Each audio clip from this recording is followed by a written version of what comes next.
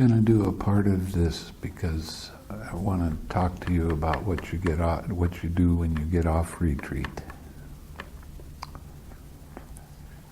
And one of the things that the Buddha said was abandon what is unwholesome and devote yourself to wholesome states. That is how you will come to growth, increase, and fulfillment in this Dhamma and discipline.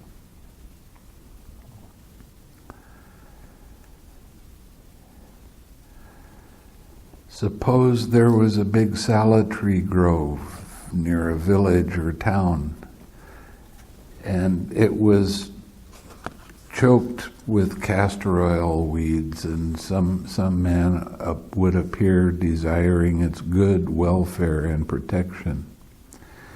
He would cut down and throw out the crooked saplings that rob sap. He would clean up the interior of the grove and tend the straight, well-formed saplings, so that the salad tree grove later would come to growth, increase, and fulfillment. So to abandon what is unwholesome and develop yourselves to what is wholesome. Sounds reasonable, doesn't it?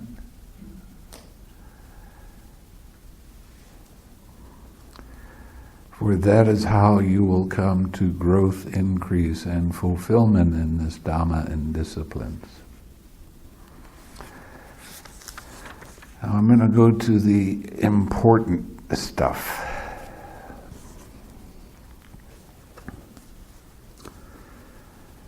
There are these 5 courses of speech that others may use when they address you. Their speech may be timely or untimely, true or untrue, gentle or harsh, connected with good or with harm, spoken with a mind of loving kindness or with inner hate. When others address you, their speech may be timely or untimely. When others address you, their speech may be true or untrue. When others address you, their speech may be gentle or harsh. When others address you, their speech may be connected with good or with harm. When others address you, their speech may be spoken with a mind of loving kindness or with inner hate. You should train thus. Our minds will remain unaffected, and we shall utter no evil words. We shall abide compassionate for their welfare, with a mind of loving kindness without inner hate. We shall abide pervading that person with a mind imbued with loving kindness, and starting with him, we shall abide pervading the all-encompassing world with a mind imbued with loving kindness, abundant, exalted, immeasurable, without hostility and without ill will. That is how you should train. It doesn't matter what somebody else says. That's their opinion. That doesn't mean that it's true. And it doesn't matter if they're telling you a flat-out lie. That's still their opinion. So, if their mind is filled with loving kindness or with inner hate, that's still, you don't have to take it personally. Just speech. So you need to be able to see that somebody is talking to you, and that's when you start radiating loving kindness to them. And as soon as you radiate loving kindness to them and they go away, that's the reminder for you to start radiating loving kindness to all beings in all the directions. Now this is with your daily activities. It takes practice. You have to do it a lot so that it turns into a habitual tendency. Not all habitual tendencies are bad. But when you trade an unwholesome tendency for a wholesome tendency, now you're doing it correctly.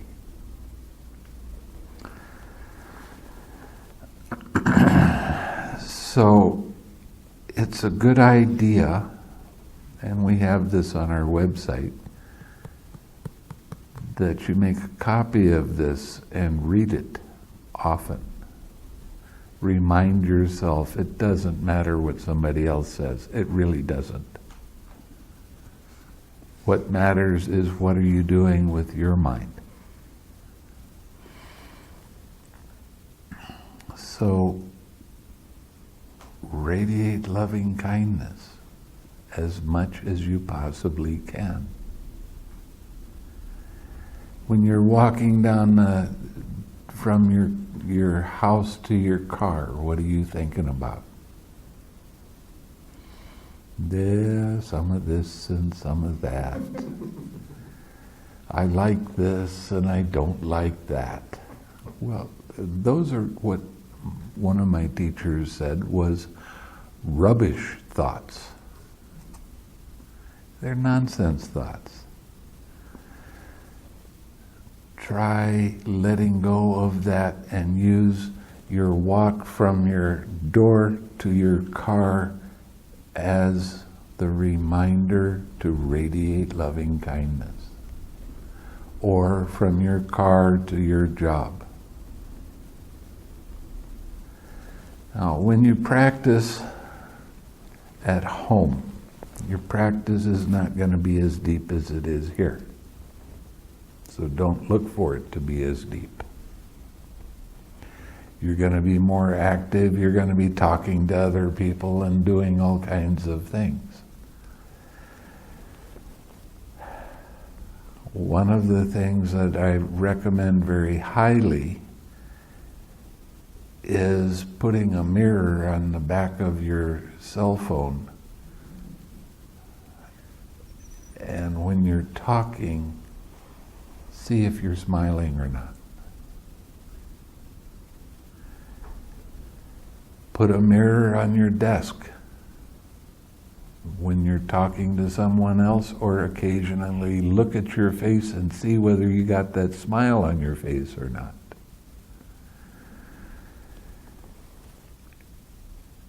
As you focus on loving kindness more and more, everything becomes easier.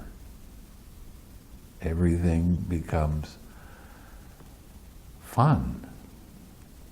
And it's pretty amazing to watch. I was telling somebody that that's what I did when I had my own job, when I had my own company. I'd sit right by the phone. I had a mirror. And as soon as the phone rang, I started looking at the mirror and started smiling. And then I'd pick up the phone. And they can feel that through the phone. So you radiate loving kindness when you're smiling, right? It's surprising how much more successful you become with your job when you smile more. Oh, but they think I'm gonna be crazy. Somebody sees me smiling, they'll think I'm really gone bonkers. No, they don't. And that was the reason in Indonesia that they didn't want to smile when they went out and did things. And I said, when somebody smiles at you, do you think they're crazy? Or do you smile back? Well, I always smile back. Oh, then that's not an excuse, right?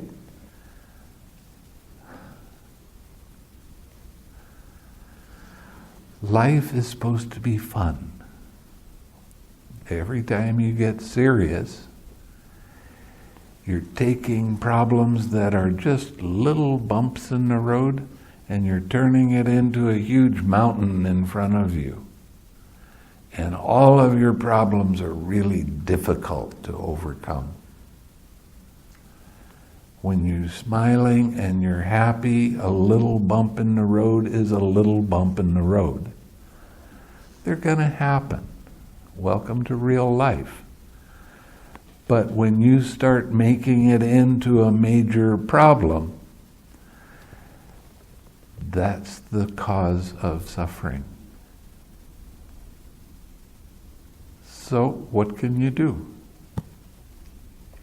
You have to make up your mind that you're going to try smiling more and be more happy and having fun with people. Instead of laughing at them, you laugh with them.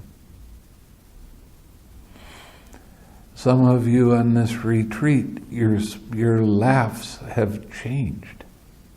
And I really like that. You come into the interview room and I'll say something and you start laughing and I go, yeah, this is it. Why did you start laughing? All I said was hello.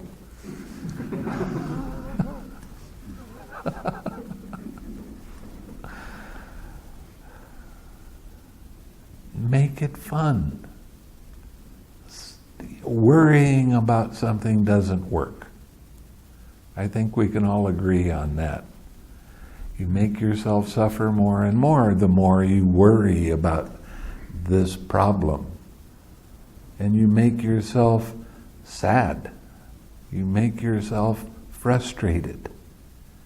And you can't blame anybody else for your suffering.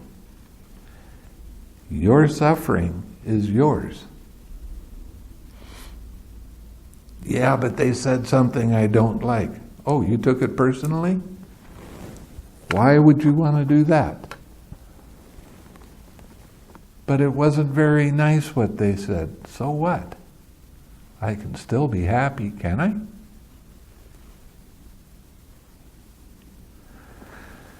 If somebody is angry at you,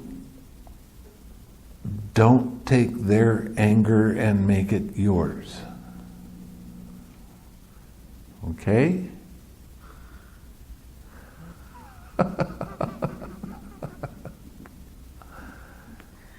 It's not your anger, it's their anger. Well, you don't have to get mad back at them. You make a choice. If you start radiating loving kindness to that person that is throwing anger at you, they will stop before long. Now, you've heard me say, I want you to smile all the time. Smiling and at somebody that's angry at you, smiling with your lips doesn't work so good. But you can smile in your mind. You can smile in your heart and radiate that to them. Then they'll settle down and you can start talking to them, because it takes two to fight. So if there's only one fighting, it kind of loses its energy. Just radiate loving kindness to them. You don't have to tell them what you're doing. I used to go to a hospital in one of the bigger ones in Kuala Lumpur, because I would be invited there because one of the family members is going through some kind of trauma or something physically. Now, what I did before I walked into the room is I was walking up the hall to their room.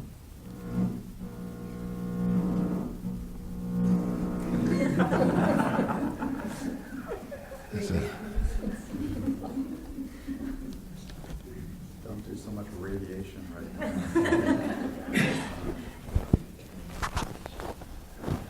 Anyway, as I was walking up the hallway, what I would do would be to start radiating loving kindness to everybody around me. I didn't care. I didn't care what they were doing or even how much they were suffering.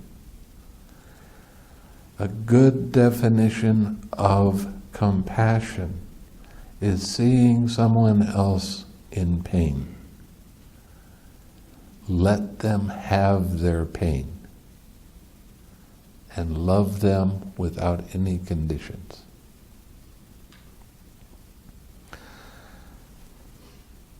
Quite often I'd walk into the room and family members would be there and they'd open up a window or close a window or adjust a pillow or adjust their blanket a little bit. They didn't know what to do and they were feeling helpless. I never walked in feeling helpless. I knew that what I was doing was helping that person, even if they were crying out in pain. I didn't try to, oh, don't do that. You poor dear, I feel so sorry for you.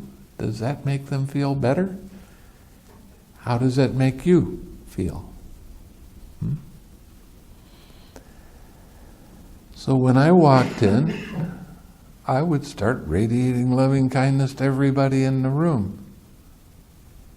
And the person that was suffering, that was crying out in pain, would calm down on their own. And before long, their mind came up to my mind.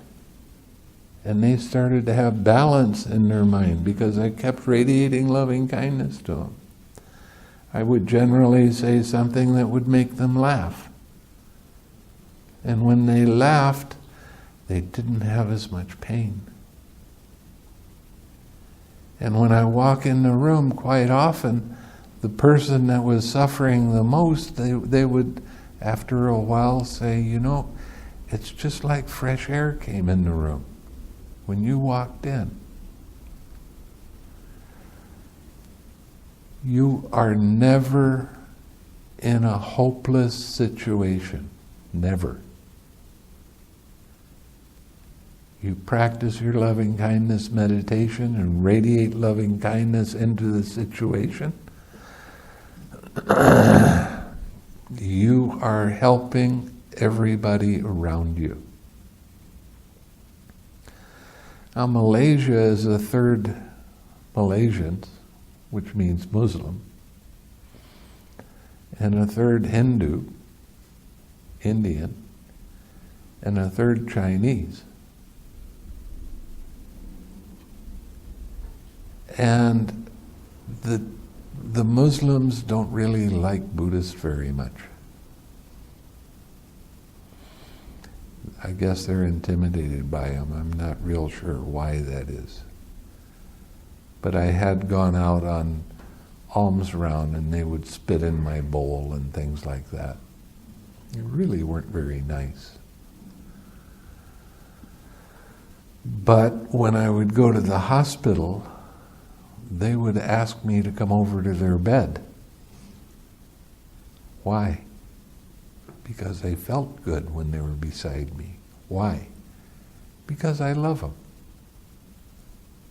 I don't care what their politics are. I don't care who they're praying to. They're a human being, and every human being wants to be loved. So it's a real amazing thing to see how people's minds start to have that balance and they start smiling a little bit, and we like to giggle and laugh with them and have fun. There was one man that he had a major growth over his carotid artery, and it was a very serious operation. And he told me about it. He was a school teacher. And he told me about it, and then what I did was he went into the hospital at night, going to have an operation the next morning.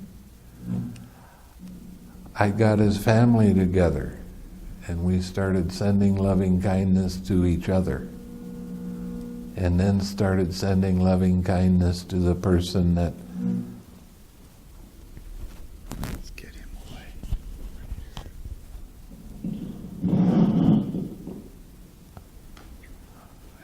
Is that better? Okay. Then we started sending loving kindness to the doctors that were going to be operating on him, and the loving kindness to the nurses that were going to be helping. And instead of them being caught up in fear and worry, they're sending loving kindness to all these different people. They felt like they were helping them, and they were. You never have to feel helpless. Just start radiating loving kindness. It doesn't matter what anybody else says to you.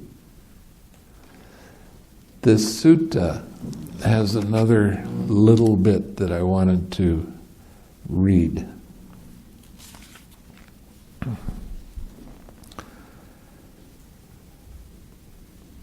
If you keep this advice on the simile of the saw constantly in mind, do you see any course of speech, trivial or gross, that you could not endure?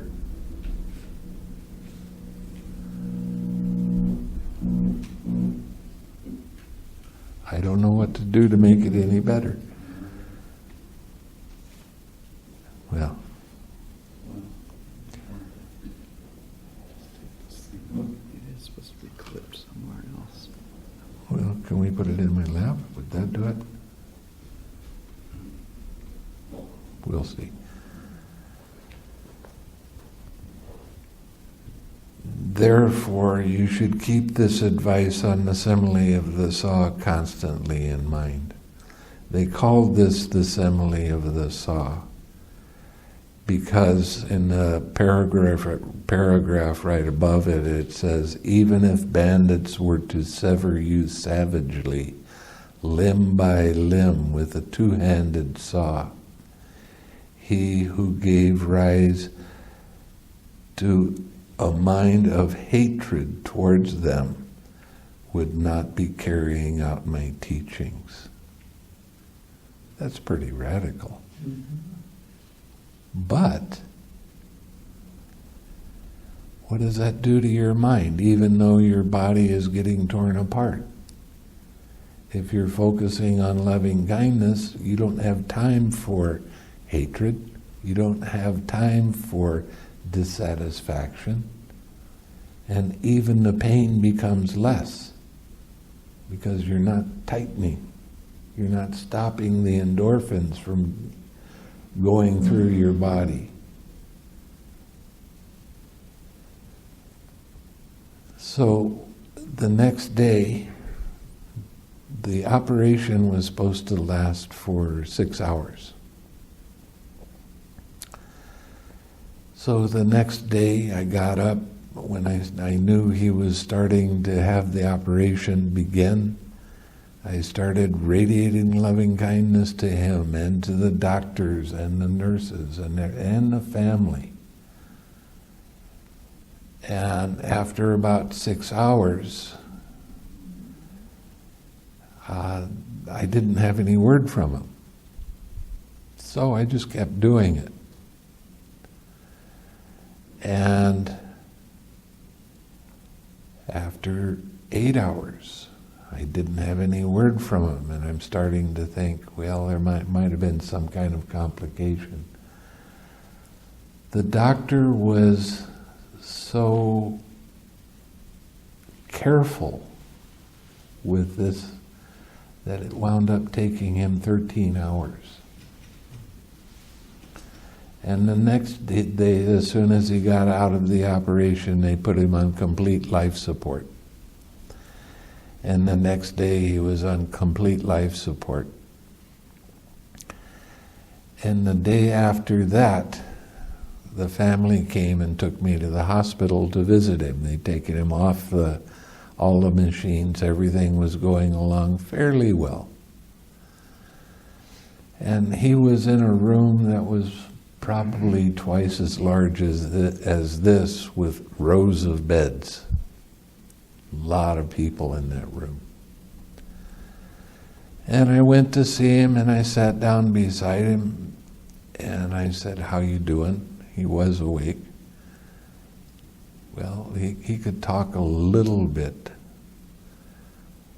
but he was coughing a lot, and he was really sick. I mean, he was not moving around at all. So I held his hand and started radiating loving kindness. After about an hour, all of a sudden he's starting to sit up in bed more, and he's not coughing so much, and I watched him get stronger.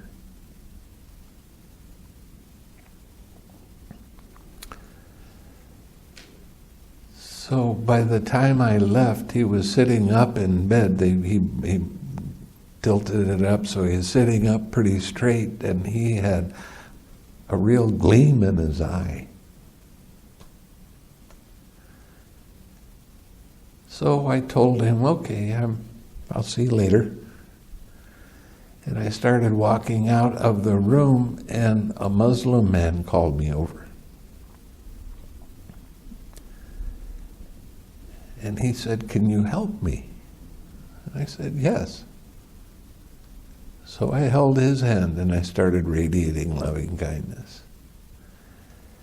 And he started getting stronger. He started feeling better. And I said, "Okay, I've got to go. I have these people that want to take me back to the monastery." Well, it took almost 4 hours to get out of that room because so many people wanted me to go stand beside him and radiate loving kindness. This is how powerful loving kindness can be. It's not me. It's me focusing on loving kindness and allowing it to do whatever it's going to do.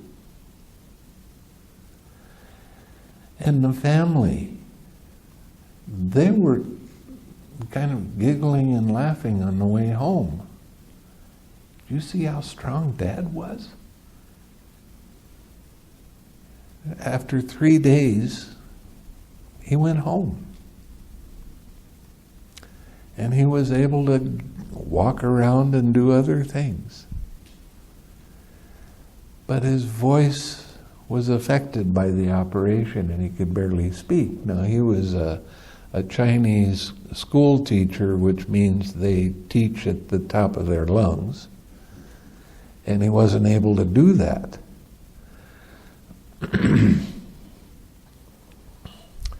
So he said, "What should I do?" I said, "Just start sending loving kindness to everybody in the hospital. Send loving kindness to everybody in your family." And he would get up in the morning around 8 o'clock, and then he would start doing a walking meditation. And he would stay with the loving kindness, and a couple days later he calls me up on the phone, and there's nothing wrong with his voice. He said, "I was sending loving kindness to everybody in my family, and all of a sudden I had this big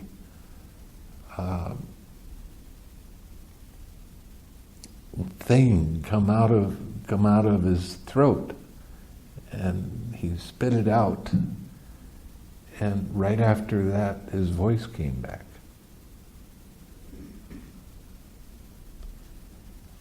So use loving kindness when you think it's appropriate. Use it often. Develop the habit of having that radiating, loving feeling in your mind. No judgments, just radiate it to everybody. You want to affect the world around you in a positive way? You're going to get that by reading the newspaper and watching TV with all the violence and stuff?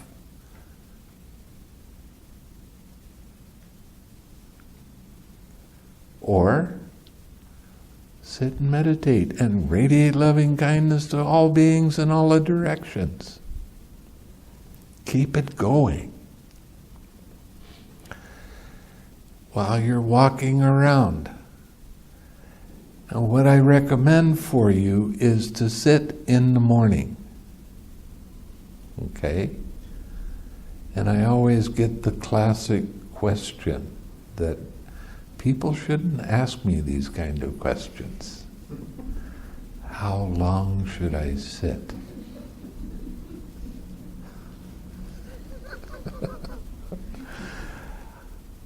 Well, okay, start at 8 hours and continue on to the rest of the day. If you have the time, it's good to sit for 2 hours. If you don't have the time, then cut it out by about 30 minutes. Sit in an hour and a half. And if you don't have the time, sit for an hour, but no less than an hour.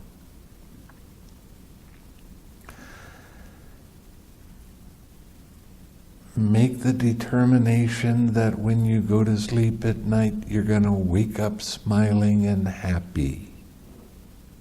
And when you do that, keep your smiling going.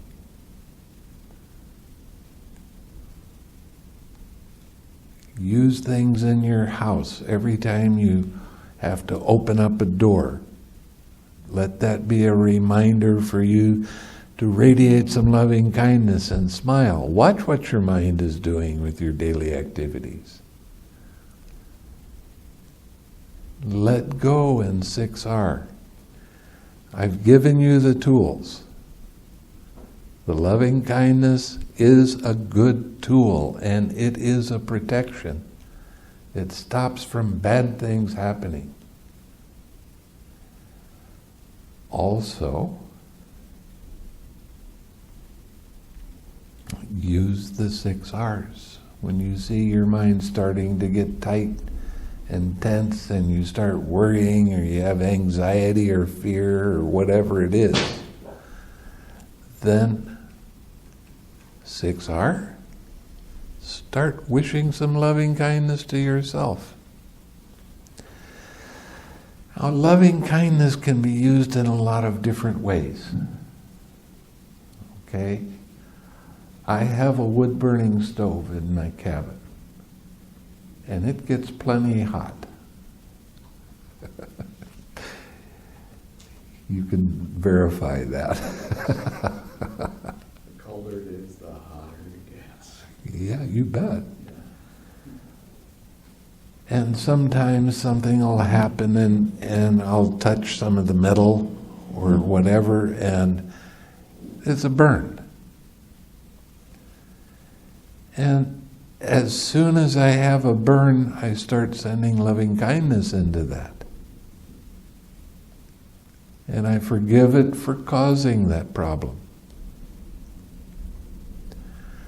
In 2 or 3 days, there's not even a mark on my hand. And I like to experiment, see what happens if I don't do it. Well, I have a blister that lasts for about 10 days before it goes away. My choice. Anytime you have any physical pain, physical upset, that's the time to send loving kindness into that area. Oh, you might have heard this from other YouTubes, but I like to walk barefoot in the forest at one time. And it's not a good idea to walk barefoot in the forest in the dark. You have a tendency to kick rocks and logs and things like that, And I was continually breaking toes. You know what happens when you go to the doctor with a broken toe? He gives you a little bow to put on your toe. To remind you, don't do that again for a while. There's nothing they can do to make it better. It has to heal on its own. So when I would get up and start walking around, I limped for a little while, but I instead of disliking that pain and tightening my mind around that pain, I relaxed into it and I sent loving kindness into that toe. Sometimes walking up steps was very difficult because there was a lot of pain. But by the second or third day, it's like there was a little bit of sensation in the toe, but it didn't bother me anymore. And by the fourth or fifth day, I'd forgotten that I'd broken my toe. You want to heal fast? Send loving kindness into the thing that causes you pain. I don't care if it's another person or something that's happening in your body. When I was in Indonesia, the first day I got there, all of a sudden I couldn't eat any food. It was making my stomach really queasy. And I started feeling pain. And I started thinking, I think I have appendicitis. So I went to the hospital and they did an MRI at night, and the next morning they did an operation. But before they even did the MRI, the doctor came and he said, you know, this can be really serious. Sometimes it's really hard to take the appendix out. And I said, okay. And the doctor, he was not expecting that kind of response. And he said, aren't you worried about it? I said, no, not really. Well, I said, are you a good doctor? Being in Indonesia, that's a real good question. And he said, yes, I've done hundreds and hundreds of operations on the appendix. I said, then I don't have anything to worry about. You do. You better do a good job, because a lot of people will be angry at you if you don't. And he thought that was a very peculiar response. Well, why am I going to worry about it? I'm going to be asleep. So they did the operation, and he comes in that after the operation is done, do you have any pain? A little bit, not any big deal. And then he showed me the picture that they took of my appendix, so I sent it to David. But I had 3 little marks on me. And I was sending loving kindness in there and sleeping sometimes. And the day after the operation, the doctor comes in and he said, do you want to go home or do you want to stay another day? I said, go home. Well, you know, you have this chance of getting us infected and you've got to take, and he's giving me all this worry stuff. I said, no problem, I can take care of it. You don't worry about anything. No, why? Why should I? It's no big deal. You took care of it, right? Yeah? Well,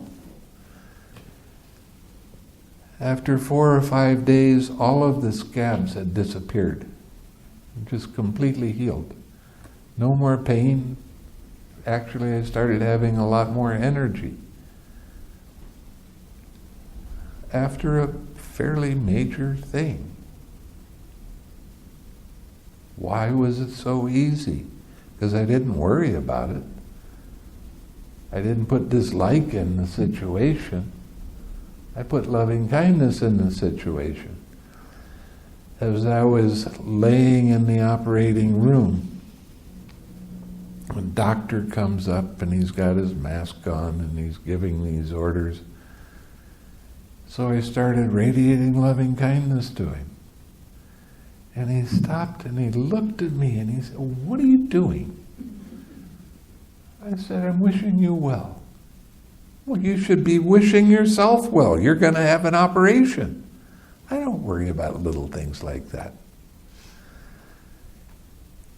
Then, after the operation, when he came in to see if I was okay, he said, "I understand you teach meditation. Can you teach me some meditation?"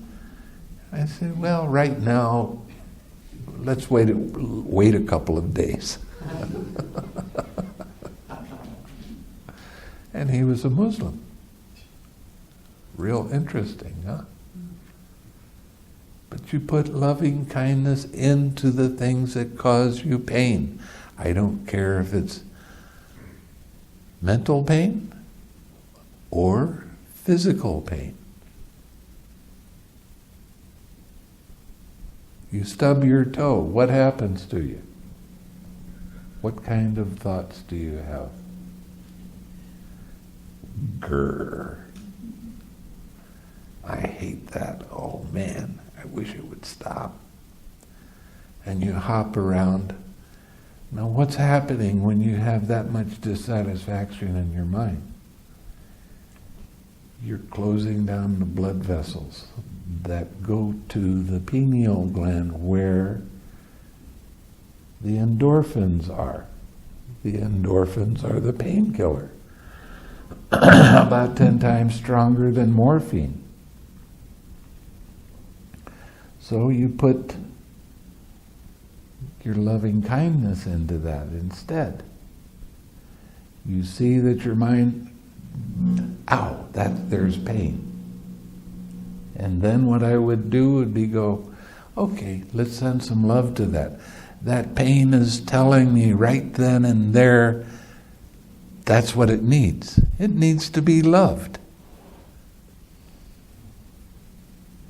And before long, walking around and you forget about it. And then you look down and you see this big bruise on your toe and you go, what in the world? How did that happen? Oh, that's right. I stubbed my toe. So, this stuff works.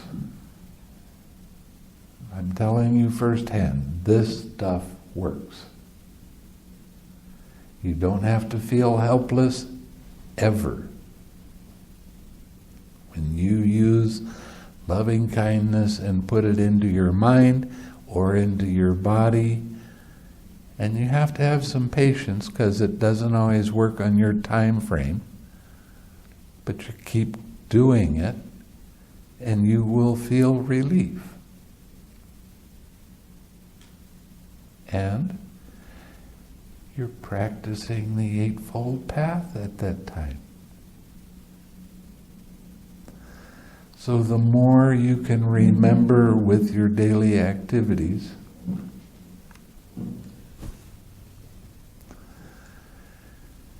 the more you can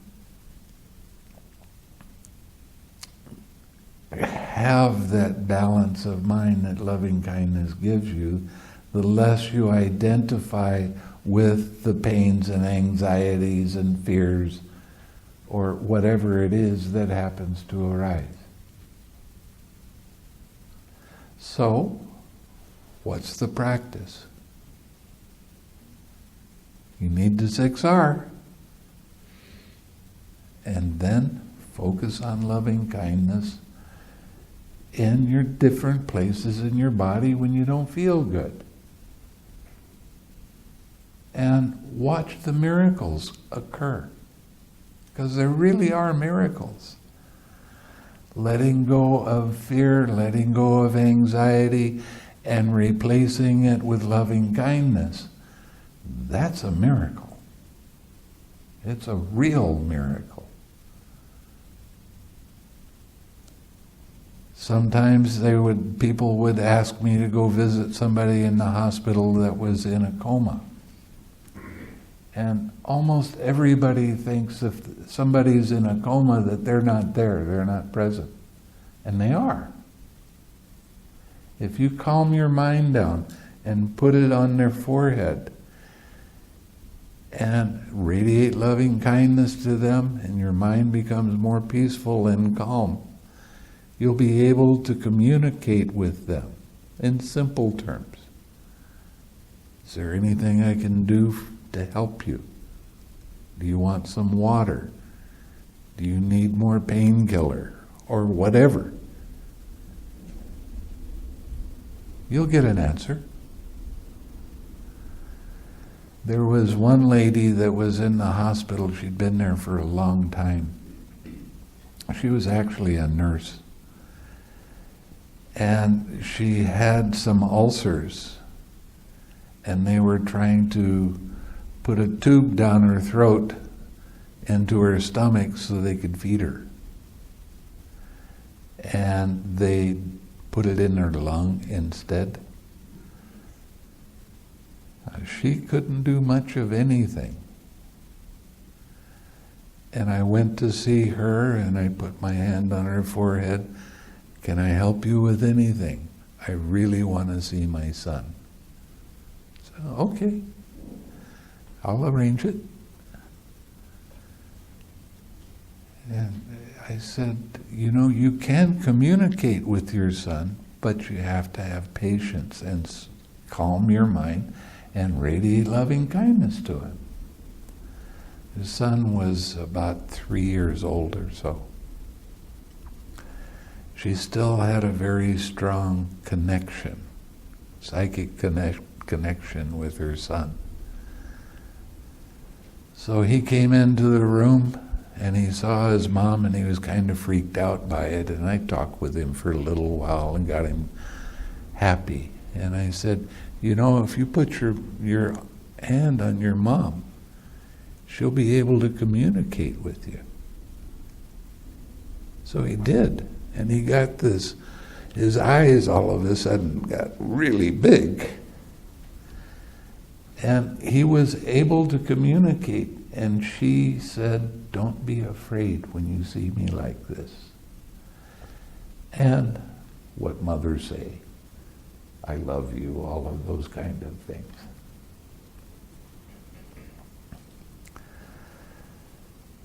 So when you calm your mind down, you don't look at this is a major problem that she has, oh, the poor dear, and you start radiating loving kindness, you can communicate in all different kinds of ways that bring them relief. I can't say that I healed her. She didn't get up and walk out of the hospital or anything. But I healed her. Why? Because I was able to find out what she really needed and what she really wanted. And she was able to give her love to her son. So you get to see all kinds of miracles the more you focus on loving kindness. It's not a maybe. And some of the miracles, you see somebody arguing on the street, just stay away from them. Just stop and start radiating some loving kindness to these beings that are upset, that are taking everything personally, and they're in their dislike and dissatisfaction. As you radiate that loving kindness, their minds will settle down, and then they'll be able to actually communicate. They're not going to be talking at the same time. They're not going to be yelling at each other. Their minds will benefit, and that's a miracle.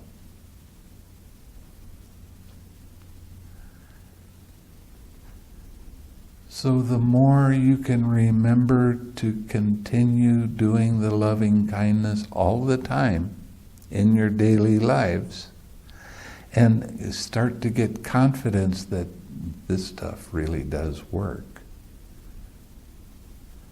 the more you'll start using it, and it'll blow your mind. Everybody around you starts going, I feel a lot more comfortable around you.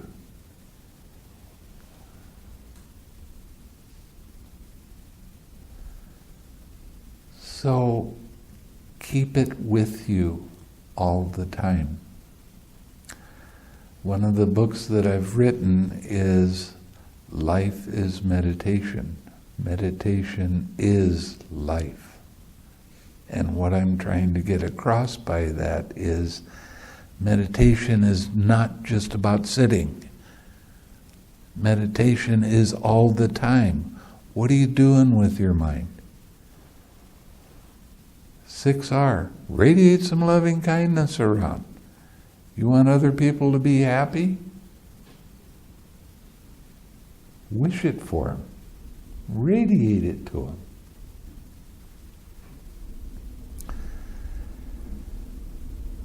I was building a very, very fancy house for somebody. They were the CEO of a bank in Chinatown in San Francisco.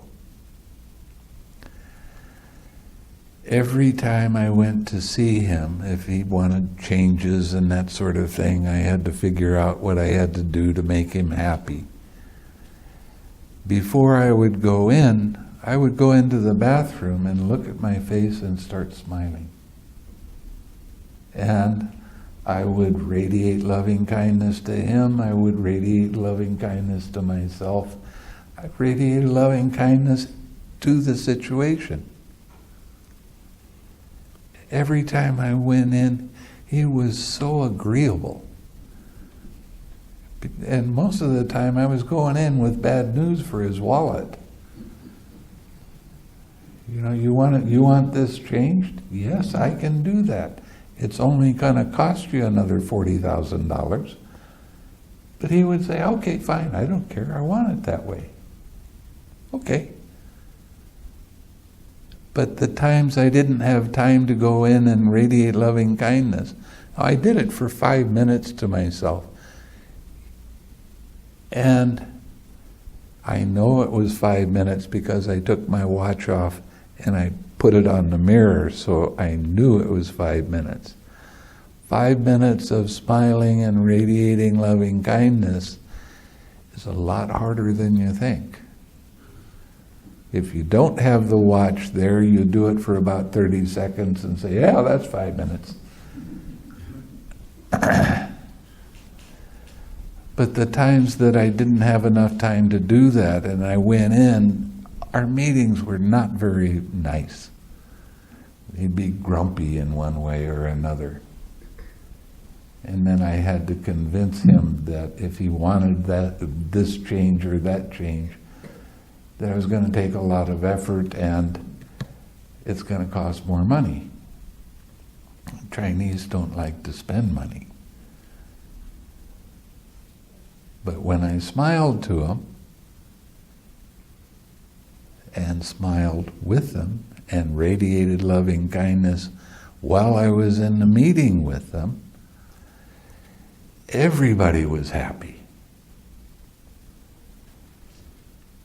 So use it. This is a part of life. And it gets to be real fun watching how people can change to have an uplifted mind. And other people, complete strangers, will walk by you and you're thinking about this or that. You're going to get caught by it. And that's okay. And they'll start smiling to you for no reason. And you go, thanks for reminding me. So other people are going to help you as much as you help them. keeping it going as much as you can remember, and you can't criticize yourself when you forget. Criticism of yourself is unwholesome. Then you start having all kinds of problems. You forget, forgive yourself, start again. This is a play it again, Sam. And have fun with it.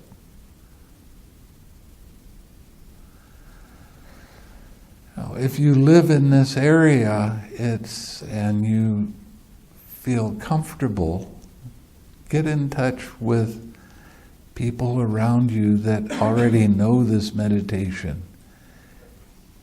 and practice together. And when you get done practicing, break out some tea and cookies and sit around and talk about your experience. Have fun. Develop your Sangha as much as you can. It's much more fun being around people that are meditators, that are agreeing with what you're doing. It's real fun being around them, because their minds are uplifted too. I don't know if I told this on a retreat, or this retreat, I've told it many times before, of going to a party in San Francisco, if I told you about that. Mm-hmm. That was really an amazing experience. Be with people that keep the precepts without breaking them. They're trustworthy. And you'll have fun being around them. So, now you know what to expect when you get off retreat, and you know what you need to do all the rest of the time. It is good to sit in the morning. If you want to do an online retreat, get in touch with David and he will arrange it.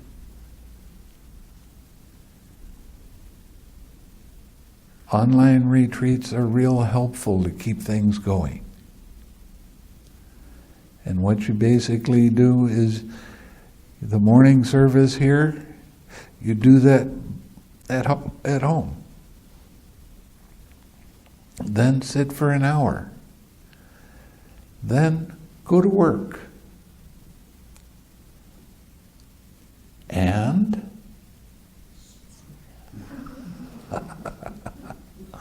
you got to smile all day. When you get off and you have lunch, if you have a few minutes, sit down and meditate. Or walk and radiate loving kindness, whatever you want to do. When you get home in the evening, you need to write down, he's got a questionnaire that you have to fill out. What's your meditation doing today? And he'll write back and he gives great advice. Then we'll give you a YouTube to watch. And if you have time after that, sit more. And the retreats are 8 days? 7 days? 8 plus 1, kind of optional. I'll do Sunday, but 9. 9, okay. So do that every day. And your progress is going to be, you won't believe how good things can get. And you can also, we have different people now that are going to be helping with the online retreats.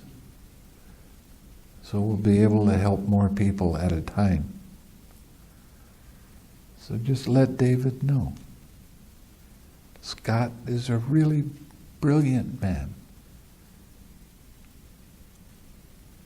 And he can help with that.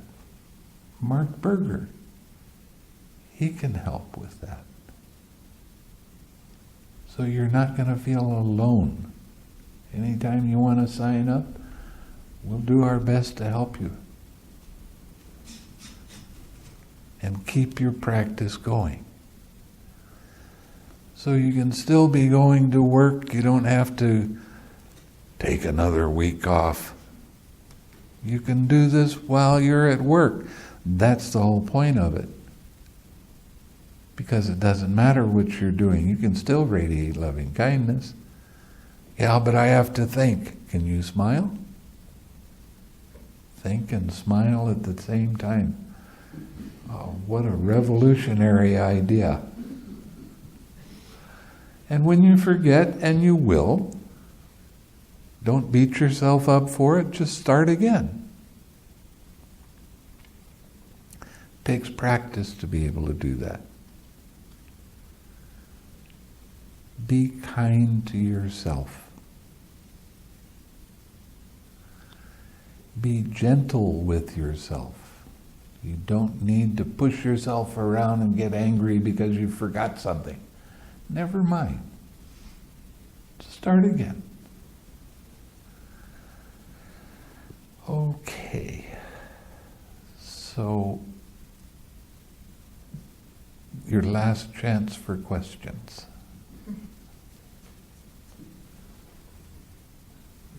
Do you have a question? I can't see if your hand is up or not. Okay. For exercises that demand complete attention. Can you smile? If I can't, does that mean I shouldn't be doing that exercise? It means you need to practice doing that. In Indonesia, they don't get a whole lot of exercise. So we set up a yoga class in the morning. And they do gentle stretches. It's nothing strenuous at all. But my only requirement is that they smile with that. And people are saying, you know, I can stretch a lot better than I used to. Because they're not trying to accomplish anything, they're just being happy while they're doing it. So, I hope that's a good enough answer for you. Okay. If you swim every day, smile. Have fun. Oh, but I've got to accomplish this. No, you don't. You can have fun in the water. Play with it. Anybody else? Last chance. Okay. So if you're going to wake up earlier, can you look at meditating like a substitute for sleep? If I cut back an hour or two of sleep, is that okay? Try and see. Don't make yourself tired. But can you carry it with you all day?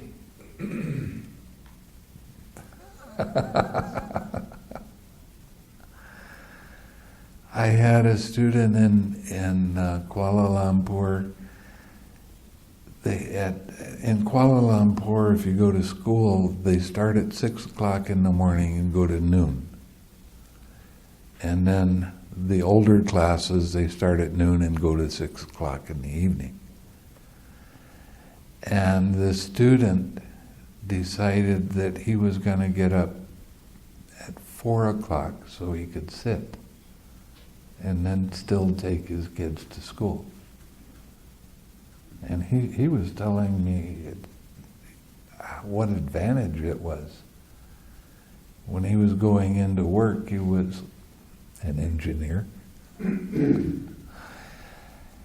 But he was saying people were coming up to him because he changed.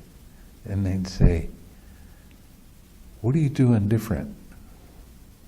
I want some of what you got. So he started teaching a loving kindness retreat, or every Tuesday or whatever day it was. And they were coming, and they were coming back because they started feeling the changes in themselves. So, you can do that. Everybody can do that. Smile and be happy. The more you radiate loving kindness, the more miracles you're going to see. Okay?